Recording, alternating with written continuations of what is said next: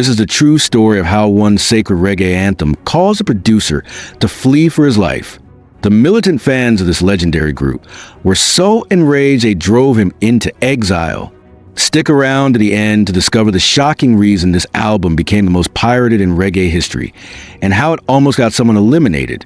The tale begins in the restless heart of Kingston, Jamaica, where the air was thick with the smoke of burning tires. The clash of politics and the hum of reggae rhythms drifting from rum bars and sound systems that lined the crowded streets. It was in this crucible of unrest and creativity that three young men, Bernard Collins, Donald Manning, and Linford Manning, came together to form a harmony trio whose voices carried more than melody. They carried prophecy, warning, and spiritual defiance. They called themselves the Abyssinians, and the song that would mark their arrival was unlike anything the island had heard before. When they stepped into Studio One in March 1969 to audition for Clement Coxsone Dodd, the studio boss who had already molded the early careers of Bob Marley and the Wailers, Burning Spear, and countless others, they were determined to offer something that was not merely entertainment but revelation. The song was Sada Masagana, sung in the ancient Ethiopian language of Amharic, its title meaning, "Give Thanks." Yet beneath that simple expression lay a thunderous anthem for the Rastafarian movement, a musical prayer that demanded recognition of a people long denied dignity. When the harmonies of Bernard Collins, Donald Manning, and Linford Manning floated through the studio microphones, joined by the steady hands of Dodd's in-house band, the Soul Defenders, the room shook with something different. The chords were haunting, the voices militant yet angelic, the message both sacred and incendiary. It was not a song that flattered Babylon, nor one that pretended rebellion could be contained within the polished grooves of the jukebox. This was spiritual fire laid on wax. Dodd, a man known for his daring in bringing roots reggae to the fore, listened in awe, but as he weighed the potential consequences of releasing such a radical declaration, his courage failed him. The world, he feared, was not ready for such defiance. The Jamaican authorities, sensitive to anything that seemed to embolden Rasta militancy, could turn against him. Commercially, it might not sell at all. And so, instead of giving the track to the streets, he placed it on the shelf, gathering dust while the voices of the Abyssinians waited in silence. 2 years passed before fate allowed the trio to reclaim what was theirs. By then, they had scraped together enough money to buy the masters from Dodd and to press the song under their own fledgling imprint, Clink Records, in 1971. When Sada Masagana finally reached the public, it did not simply resonate, it exploded. The song became an instant sensation in Jamaica, embraced not as a mere record, but as a hymn for the Rastafarian movement. It was played at groundations, at prayer circles, at gatherings where the faithful burned chalices of herb and chanted psalms. It was whispered in Kingston's ghettos, blared through sound systems that rattled zinc fences, and carried abroad by the diaspora until its echoes stretched across the Atlantic.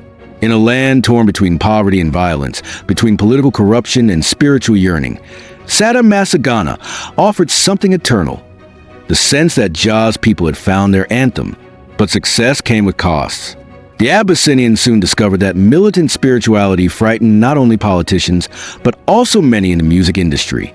Producers who thrived on love songs, danceable grooves, or lighter Rastafarian imagery hesitated when confronted with the uncompromising righteousness of the trio. Their music was not sweetened for the marketplace. It was prophecy, scripture turned into sound. This militancy closed doors rather than opening them. And so, in the early 70s, Bernard Collins, Donald Manning, and Linford Manning were often forced to dig into their own pockets to fund singles like Lego Beast, Mabrak, and Declaration of Rights. Each song was another chapter in their spiritual struggle, another attempt to push back against the silence imposed by Babylon. Yet, without the resources of a powerful label, an album remained out of reach. By 1975, however, their persistence finally seemed ready to bear fruit. The Abyssinians secured a deal with Soundtrack Limited, a Kingston-based label eager to capture their unique militant sound. Among Soundtrack's team of in-house producers was a young genius named Clive Hunt. Hunt was no ordinary producer. He was a multi-instrumentalist, fluent in trumpet, bass, guitar, and arrangements, a man whose ear for harmony and rhythm was matched by his drive to carve his name into reggae history. He had worked with the group before and shared an instinctive respect for their vision. For the Abyssinians, Hunt seemed the perfect partner to bring their long-awaited debut album to life. At last, the stars appeared to align. The studio lights glowed once again, and the trio stepped up to the microphones, pouring their hearts into the sessions that were to immortalize their message. But Jamaica in the mid-1970s was a land on fire. Political violence between the ruling People's National Party, PNP, and the opposition Jamaica Labour Party, JLP, had turned Kingston streets into a battlefield. Fire weapon shots rang out nightly. Gangs loyal to politicians fought turf wars, and the island's cultural heartbeat pulsed in time with the chaos. For those with money and means, emigration became the only answer. Families fled to Miami, New York, London, or Toronto. Soundtrack Limited's owners were among those who packed their bags and escaped, abandoning their label's projects in the process. The Abyssinians album was left unfinished, its fate hanging in uncertainty. Clive Hunt, still young and ambitious, was left holding the tapes, the weight of the trio's future pressed onto fragile reels of magnetic film. Without financial backing, Hunt scrambled to complete the album. He moved over to Joe Gibbs' studio, working as an arranger and instrumentalist for paying clients, while earning enough studio time and trade to continue polishing the Abyssinians' tracks. Piece by piece, overdub by overdub, he shaped the fragments into a cohesive body of work. But when it was finally complete, a new dilemma emerged: what to do with it. With Soundtrack's bosses scattered abroad, no official channel remained to release the record. In desperation, Hunt called one of the label's executives in Florida. The man instructed him to press a few test copies and shop them around for a deal. It sounded simple enough. Hunt was introduced to a pressing plan in Kingston, told to leave his master tapes and return in a few days. But those days stretched into weeks.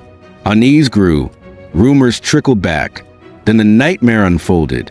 Unknown to Hunt, the pressing plan had conspired with shady figures in the industry. The masters he had left behind had already been copied, pressed, and exported by the thousands.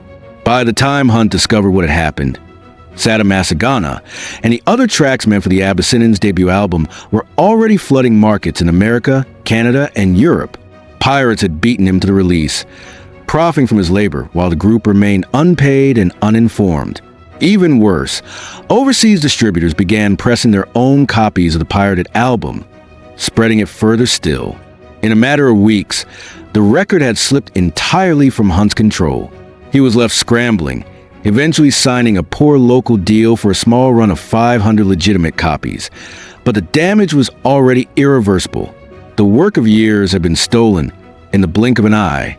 When Bernard Collins, Donald Manning, and Linford Manning learned of the fiasco, fury consumed them. To them, the music was not just a product. It was their faith, their testimony to Jah, their offering to the world. To see it mishandled, pirated, and sold without respect or profit was more than betrayal. And while Hunt's role was more naive than malicious, in the eyes of the Abyssinians and their loyal followers, he became the face of failure. Whispers spread through Kingston's ghettos that Clive Hunt had sold out the movement, that he had profited while denying the Abyssinians their due. Soon the whispers turned accusations, and accusations became threats. For the Abyssinians, fans were no ordinary music lovers. They were militant Rastas, men who saw in Sadamasagana a national hymn, and among them were some of the most feared fire weapon men in Kingston. To them, Clive Hunt was not merely a producer who had stumbled. He was a saboteur of the divine message. The climate of violence made no distinction between industry squabbles and life and death vendettas. Hunt began to receive warnings. His phone rang with messages that chilled the blood. Friends whispered that powerful men were looking for him, men who commanded gangs and carried fire weapons. The final blow came when word reached him that one of Kingston's most feared gangsters, a notorious figure whose name alone struck terror, had vowed to find him. Hunt knew then that there was no more time. The streets of Kingston had turned against him. Staying meant death. And so, with little more than clothes on his back and $70 in his pocket, he fled Jamaica in early 1976, taking with him his newlywed wife. They stopped briefly in Bahamas, hiding for a week, before finally reaching New York City, where a new life awaited, or so he hoped. Exile was bitter. Hunt arrived in New York stripped of reputation, fortune, and security. The pirate copies of the Abyssinians album were selling by the thousands abroad, yet he and the group received nothing. Estimates suggest that over 3 million copies circulated worldwide, making it perhaps the most pirated reggae record in history. In countless shops in London, Toronto, and Brooklyn, bootleg versions change hands under different titles, with altered covers, sometimes even renamed as Forward to Zion.